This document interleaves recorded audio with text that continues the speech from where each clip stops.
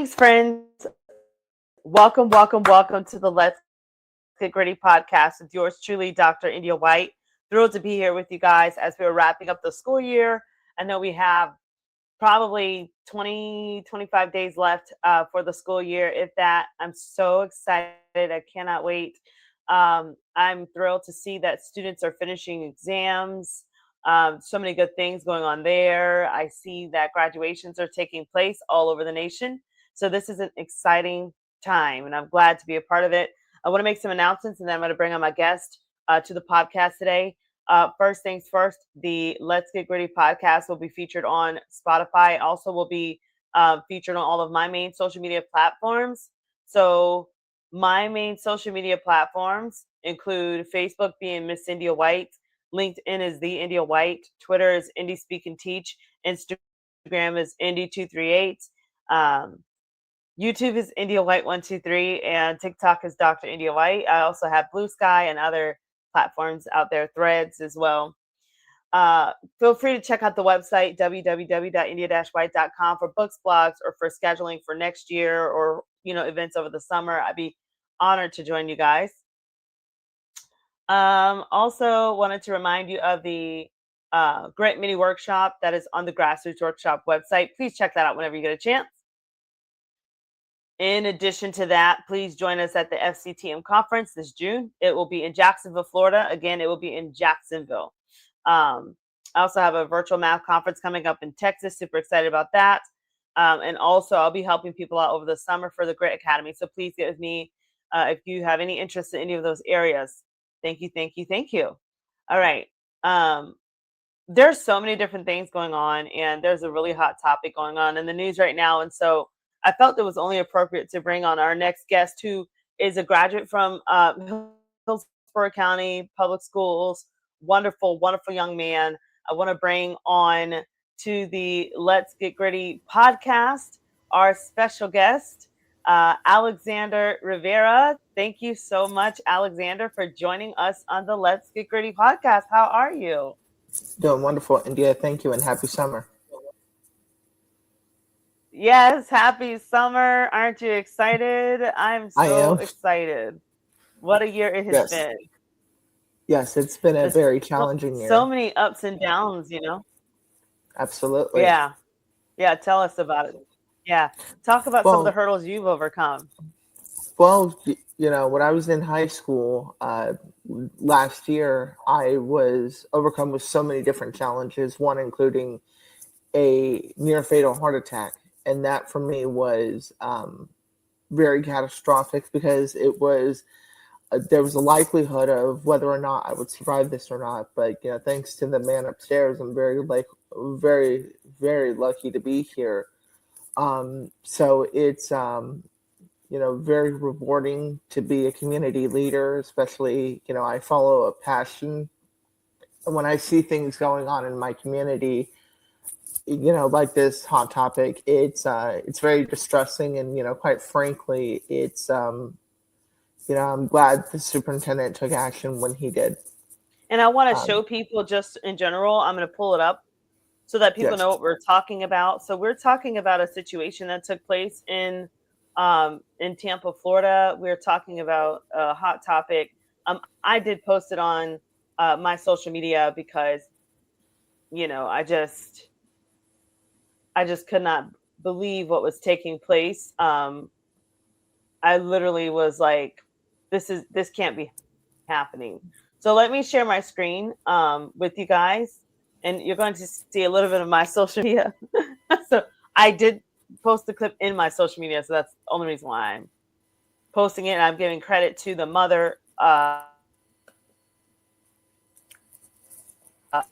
of this content. Quickly, this was the other day in Hillsborough County Public Schools, which I honestly think is a phenomenal school district. I do not think this event speaks to what Hillsborough County represents. In my years there as a math teacher, as an administrator, there was no way I would even think this type of situation would take place. And for those of you that have not seen it, we're going to play it. Racist. I'm still in shock. That's something I didn't expect my children in 2026 to ever have to deal with, seeing a lynching, whether it was real or fake. So I'm going to stop sharing that. That's just a hot mess. So this is what Alexander is speaking to uh, regarding the event that took place, and yes, Hillsborough County did take care of it. So Alexander, I want you to continue to speak to just your thoughts.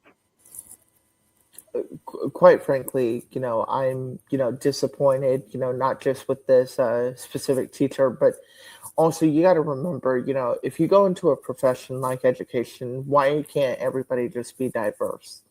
And what I mean by diverse is, having everybody have equal opportunity and, everybody represented the same. So when I saw this, the first thing that clicked in my mind was obviously disappointment, not just in the teacher, but I'm also very proud of the student for having the resilience enough to stand up and to say, there's something not right with this. And quite frankly, I agree with the parent, something should have been done. And had it not would have been for the school district to take the swift action it took to remove this individual, and this individual is now facing possible, um, you know, is no longer going to be in the classroom, because, we're, the next steps would be for her FLDOE, or Florida Department of Education certificate, to be revoked. And that is something that I think should be happening right now, because, racism, is never okay, especially on this issue. And quite frankly, just, watching it not only makes my skin crawl, but as a man of color myself, as somebody who is a Hispanic individual, I, for one, my heart goes out to my Black brothers and sisters, because this is the type of things that you see, all over our country. Racism has no state or country. It, travels. And, we got to do something about it. And the only way we can do something about it is stand up. So I applaud both the student who was there for having the resilience to tell his mom. And, I'm proud of the mother for having the resilience to reach out to the superintendent when this issue took place. And it's very alarming. The thing that gets me is this is a time of testing. Students are finishing exams, graduating, getting their coursework done. The last thing a student needs in a stressful situation like end of the year exams is for a teacher to lynch a baby doll. Um, and then the thing that sickens me is her attempts to continue to throw the cord, to throw the cord, to throw the cord. Like she intentionally was enjoying this. Like she really thought this was laughing stock. Like she really thought this was something that everyone would take delight in. I don't know about you being a student in Hillsborough, but how would you feel in a time of testing Mm-hmm. if your teacher was doing that in the classroom? Quite frankly, I would be very disappointed, as I've outlined, but two, I would, have every bit of remorse for every single student who had to endure watching that. Just watching that clip, I can't tell you how many times now, over and over again, it genuinely breaks my heart, because, you know, it's, the Black community has been tested time in and time out, but they're resilient. They've had resilience in them for a Yeah. very long time. And so when I see teachers Yeah, who, and the thing is that you gotta understand, this is a white woman. And, I'm not trying to, throw, ideology out there, but, when I see, the fact that, we have this teacher, the so-called teacher. A teacher is somebody who dedicates their life to shaping the mold for the next generation of success holders. And so when I see clips like this, it genuinely bothers me, because racism is everywhere. And the thing that concerns me is that, this individual whose name hopefully I can disclose, this woman it's Yeah, absolutely sickening. you can say her name. Karen You can say Savage, her name. She's an adult. Yeah. you know, uh, you know, who would have thought that a woman would have done this? And it's something that is very disheartening, especially for me and all the years that I've You been in know, our school district. Oh, the go thing ahead. that gets me is, um, as an educator, all the years I've prepped the classroom, all the years kids have joked around in my class, never, ever, ever was this a thought, an inkling of a thought to kids bring teddy bears, baby dolls. They bring stuff all the time. Middle school, high school, elementary. Never in my life as an educator has that even thought, like that thought process even hit my mind. The closest I come to anything like this was kids took my apple that I brought to school for lunch and they decided to put staples all over the apple for a couple of days.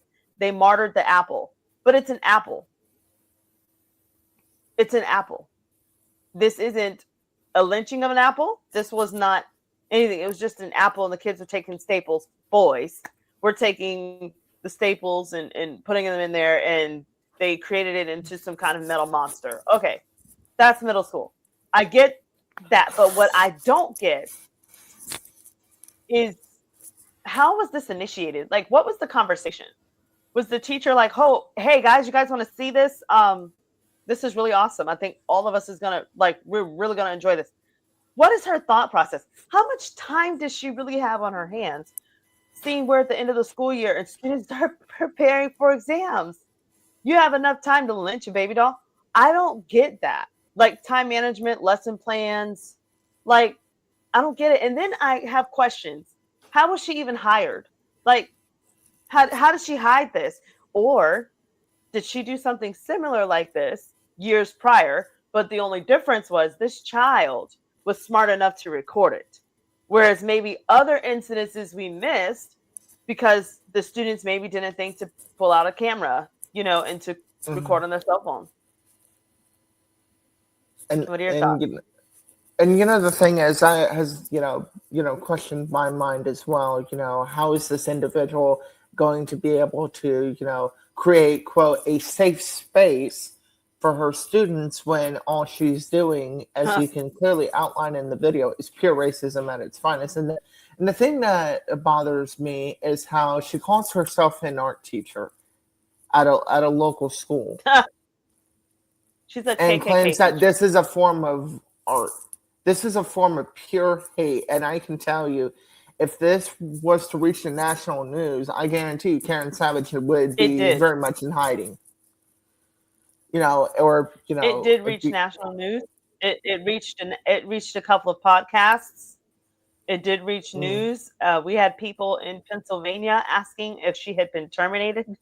This is yes, a Florida matter. she I've she had has been TMZ terminated saw from it. what I'm. Yeah. And one thing I will say is this: I am so very grateful that we actually have a superintendent who took very quick action to remove this individual and then have this individual Yeah. terminated. Because if we were to see something like this, I mean, this is obviously still an ongoing investigation matter, not just with the school district, but with the State Department of Education for the Office of Professional Compliance.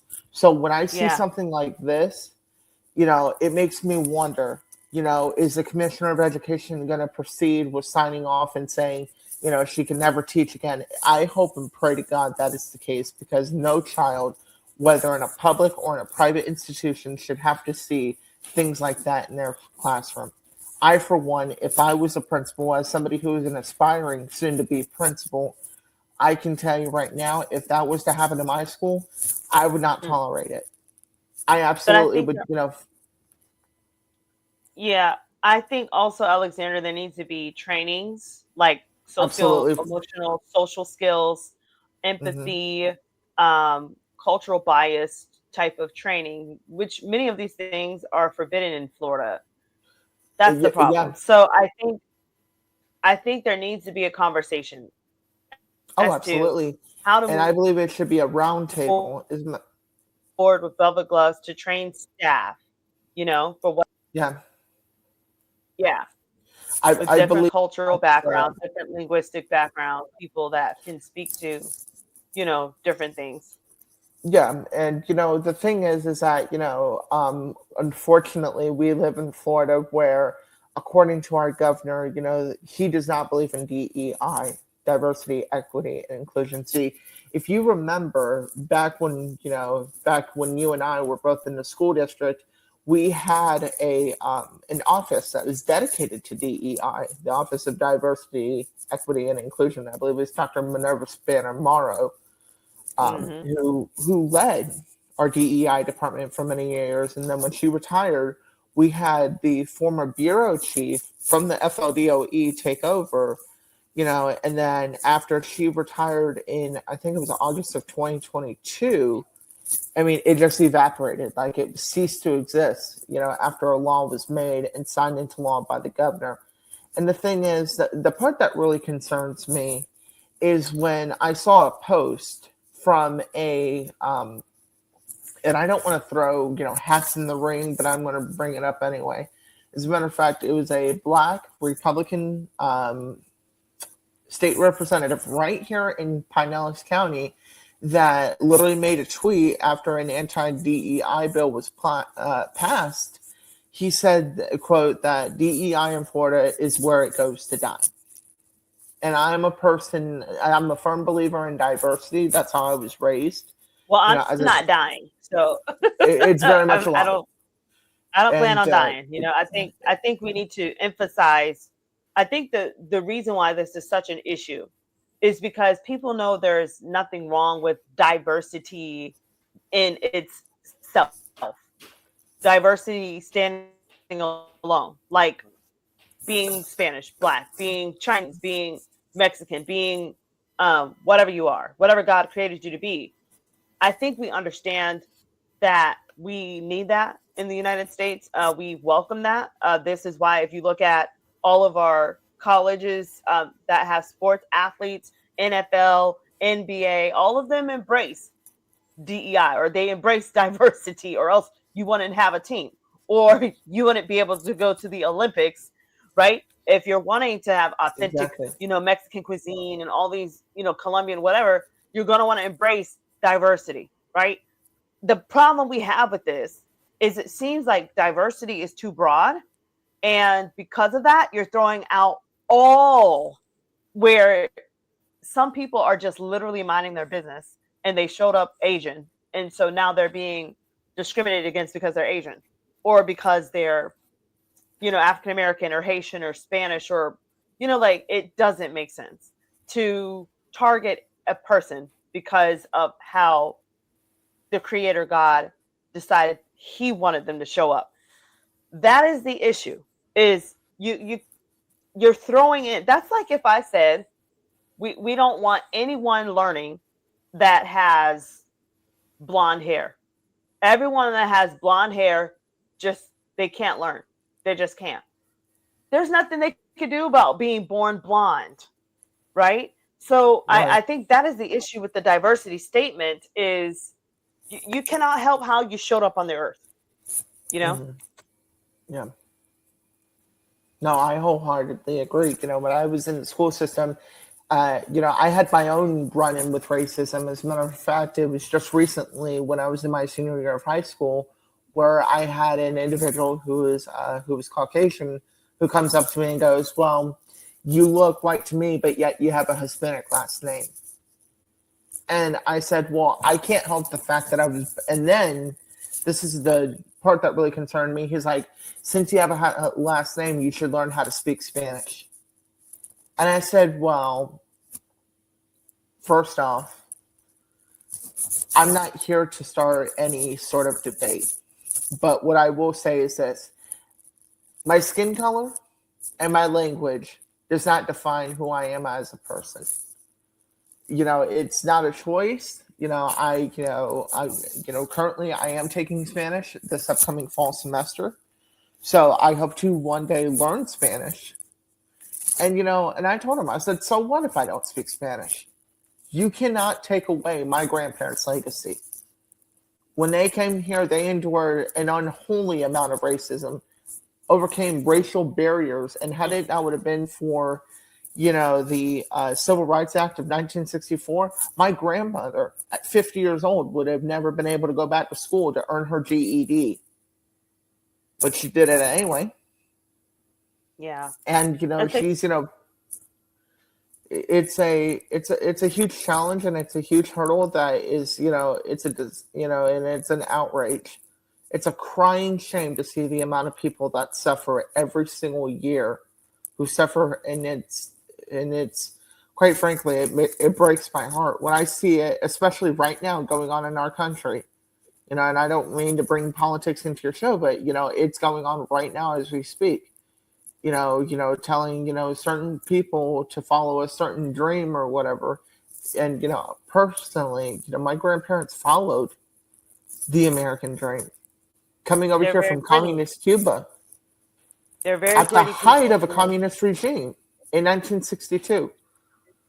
2 years later, when the CRA got passed, the Civil Rights Act, my grandmother, God rest her soul, but, this woman, was a very gritty woman, having to endure years as a domestic worker. Yeah, they, specifically for a predominant white family in Tampa. So, and I honor my grandparents' legacy every single day from the moment I wake up to the time I go to bed. And if they were here right now, they'd give me a hug and a kiss, because I tell you, I, will stand up until the end of the day, or excuse me, until I draw my last breath. Until I draw my last breath, I'm not going to stop fighting for my community. I don't care if I'm 100 years old and I'm carrying a walker to walk into a school board meeting to talk to my school board. Because, that's what gritty takes. It takes resilience, and it takes heavy amounts of courage. But also, it's very important to remember that the legacy that was built, for my grandparents, and what they built for me and what they built for our generation is so that we did not have to grow up in the way that they did. And, let this be a life lesson for Miss Savage. Obviously, she meant pure intent, because there's no way that you're not going to do that without pure intent. Something had to gone on in her head to think that she had to do that. I think she definitely needs she needs therapy. I think she needs training, counseling. And then if she were to return to work, definitely not with students. I think, I don't know, maybe she can just, run her own business, doing whatever floats her boat. And and good luck with that. She might have to just go solely online and disappear for a while, because I don't think anybody's going to want anything she has, because what she did is what we have been fighting against since the civil rights. And for her to do that is to try to erase the progress that we've made in time and to take us back. And I don't know anybody African American or any other person of color that is cool with the idea of us going back to the times of lynchings in the nation that we stand in today. We need to stand together, and it's the demons behind Karen Savage and the people that represent lynchings like that we fight against, that we need to continue to stand up against and fight. Because, like they say, if you don't know your history, you can repeat it. And God forbid, God forbid we go back to days of lynching. I'd rather be floating somewhere in Thailand or somewhere doing something else in my life, going somewhere where we're actually accepted and loved and the pressure's off, than to deal with that foolishness again in 2026. So I'm glad that the superintendent and Hillsborough County School Board and members took care of that. And I knew they would. I mean, I had no doubt when I first saw it. The first thing I thought when I first saw it was, wait, Hillsborough? I'm one of the things that I have to say about, in Hillsborough, we have a diverse school board. The thing is that, that concerns me is that unlike Hillsborough in Pasco County, where I currently reside, we are not diverse by any means. And what I mean by that is the last time that we had a black person to serve on our county commission was in 1993. The last time we had a diverse school board in which we had a Hispanic and a black elected official was in 2004. As of right now, the county commission is full of white men and women. Same thing for our school board. And quite frankly, the thing that, I'm more concerned about is that, hopefully one day when I do run for office, I can make that change. I aim to be the first, I aim to be the second generation Z member of Congress. When they look at me and say I can't, I look at them dead in the face and I say I will. I may not have a degree just yet, but I promise you it will be totally worthwhile when I'm elected, because I am going to have that flourishing opportunity to know that I am serious about my job. It's something that I've been following for quite a while, and now that my district for Congress has completely shifted, rather than having 3 counties, I'm now having 3.5, close to 4. So it's a large area, but the latter part that I'm getting at is that we need to have more flourishing opportunities, the district that, especially in the Senate, the state Senate where I'm at, represents a majority of Plant City. And Plant City has a lot of Hispanic individuals from Dover up until Brandon area. So, there's a lot of diversity in that area of expertise. And so when somebody comes to, I had somebody the other day look at me, as a matter of fact, it was a person who's trying to get petitions to get on the ballot to run for office. And one of the first things they say to me was, well, just because you have a Hispanic last name does not mean that you're white. Should we put down Hispanic? And I said, I am Hispanic. I am a white Hispanic male. But, I'm a and they said, well, and they went ahead and they checked off Hispanic. And I told them, I said, you can, tear that off and, throw it in the garbage, because that's not my actual, character, but it's very mortifying when I see individuals like that who, want to claim that I'm just a white person just because I have a Hispanic last name. I let it define who I am as an individual. My grandfather, when he came here, after the regime, somewhat over in Cuba, he actually went ahead in 1968. Mind you, he moved here in 1964. In 1968, he wanted to, run for the state Senate, become the first Puerto Rican American elected to Congress. Did he win? No.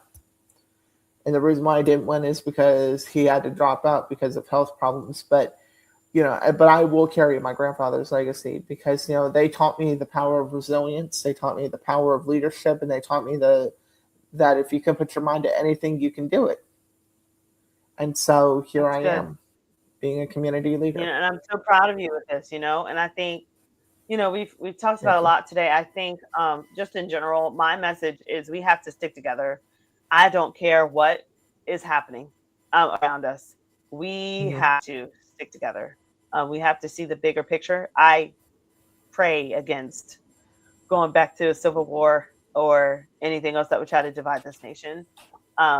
In that we would just somehow learn how to accept differences and how to understand the difference. Being born different, it wasn't God's way of punishing us. Like I don't think so. I think we serve a merciful creator. And I don't think he said, I'm going to give you blue eyes and give you brown eyes because I want there to be war. I don't think so.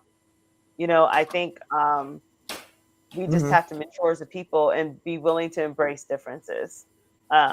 So yeah. Yeah. So wow, what a show this has been. Do you have any last comments for anyone, Alexander, as we wrap up I, this I just podcast want today?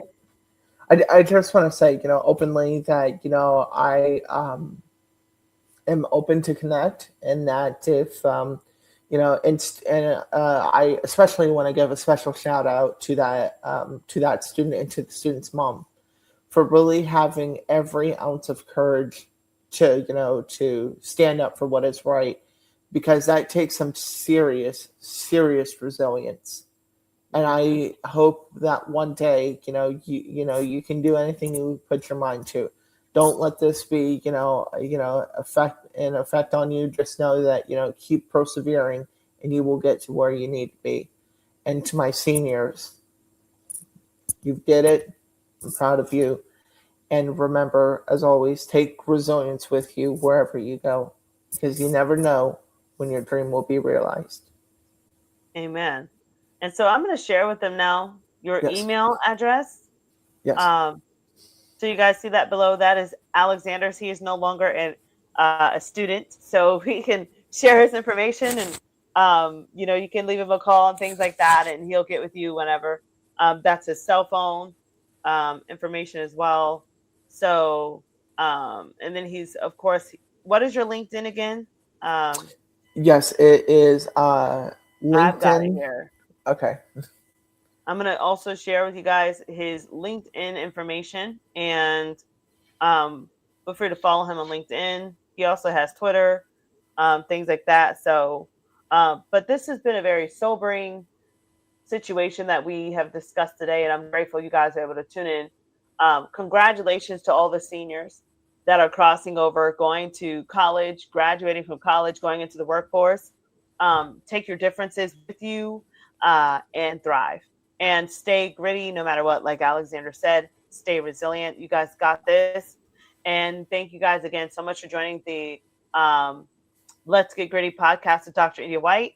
I've shared all of my information. You can send me an email at www.india-white.com. If you're wanting to further this conversation, if you're wanting to be on the podcast to talk about any pressing matters, or if you just wanted to buy a book or to speak before a conference or an event, I'd be honored to help you.